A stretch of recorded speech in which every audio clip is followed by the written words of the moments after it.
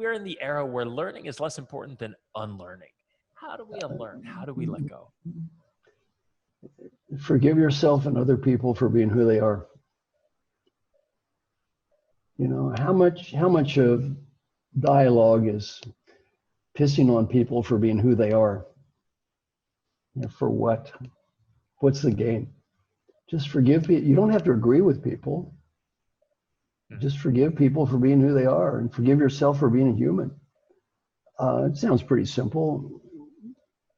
Yeah. What percent of all dialogue is, you know, talking about somebody screwed up or they have problems, or let's talk about what's wrong with somebody else and why?